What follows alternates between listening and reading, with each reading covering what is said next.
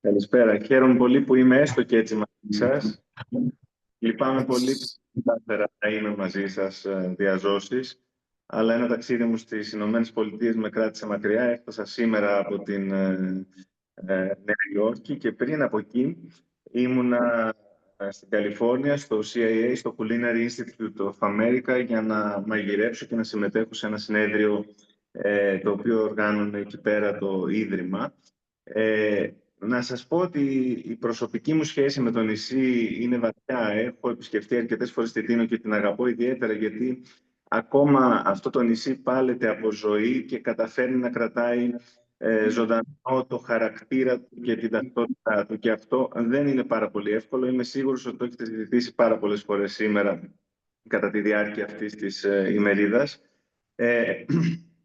Θα ήθελα να εστιάσω λίγο σε αυτό που εγώ είδα και έζησα εκεί πέρα στην Καλιφόρνια, στο Ινστιτούτο Γαστρονομίας της Αμερικής. Αυτό, όπως ίσως γνωρίζετε, είναι ένας ιδιωτικός φορέας. Παρ' όλα αυτά, έχει όλα τα εχέγγυα να λειτουργεί με έναν αξιοθαύμαστο τρόπο. Δηλαδή, δεν σας κρύβω ότι έφυγα από εκεί πέρα με το στόμα πραγματικά ανοιχτό όταν είδα τον τρόπο, τις εγκαταστάσεις και την οργάνωση μέσα από την οποία καταφέρουν αυτοί οι άνθρωποι να λειτουργήσουν και να προωθήσουν γενικότερα αυτό που ονομάζουμε γεύση και γαστρονομία. Και με έπιασε ένα παράπονο, δεν μπορώ να μην το πω, γιατί ένιωσα ότι έχουμε τόσα σημαντικά πράγματα να δείξουμε, να προσφέρουμε και να έτσι προωθήσουμε, που δεν τα καταφέρνουμε ακριβώς επειδή δεν έχουμε τη δυνατότητα μέσα από έναν τέτοιο φορέα. Θα ήμουν λοιπόν ο πιο ευτυχισμένος μάγειρας στη χώρα εάν καταφέρναμε σε αυτό το νησί, με αυτά τα χαρακτηριστικά που έχει, να ιδρύαμε ή να συστήναμε ένα κέντρο, ένα Ινστιτούτο νησιωτικής γαστρονομίας, το οποίο θα μπορούσε όχι μόνο να μαθαίνει στον κόσμο πώς να μαγειρεύει αυτά τα οποία παράγει το νησί και γενικότερα τα νησιά μας, αλλά να συγκεντρώσει και ιστορικά αυτόν τον πλούτο, έτσι ώστε να μπορούσε αυτός να αναδειχθεί.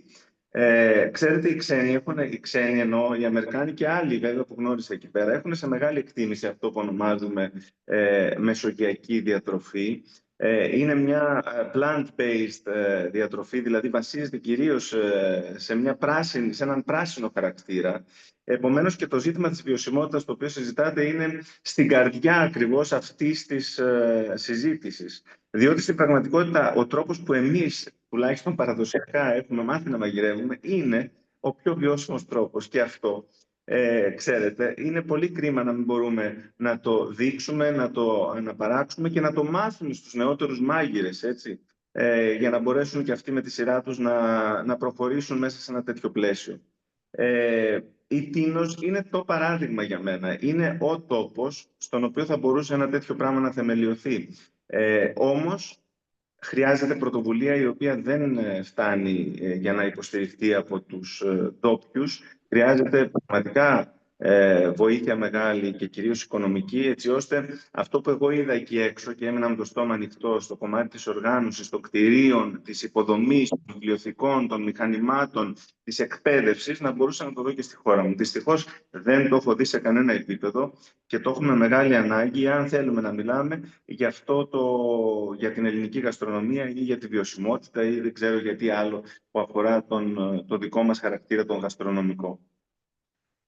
Περιμένω πώς και πώς το συνέδριο και είμαι σίγουρος ότι θα είμαι εκεί μαζί σας, έτσι ώστε να κάνουμε το καλύτερο που μπορούμε, να μιλήσουμε όσο πιο βαθιά μπορούμε για αυτά τα πράγματα και να καταφέρουμε να προωθήσουμε όσο πιο δυναμικά μπορούμε αυτό το αίτημα, γιατί για μένα είναι το αίτημα που προέχει αυτή τη στιγμή, να μεταφερθεί εκεί που πρέπει, στα αυτιά εκείνων που πρέπει, είτε με ιδιωτικό τρόπο, είτε με τη βοήθεια του δημοσίου, να συσταθεί ένα τέτοιο πρόσωπο το οποίο θα μπορεί να προωθήσει την γαστρονομία αυτού του τόπου και νομίζω όλου του τόπου, έτσι όπως τον έχουμε στο μυαλό μας, δηλαδή του ελληνικού τόπου. Σας ευχαριστώ πάρα πολύ.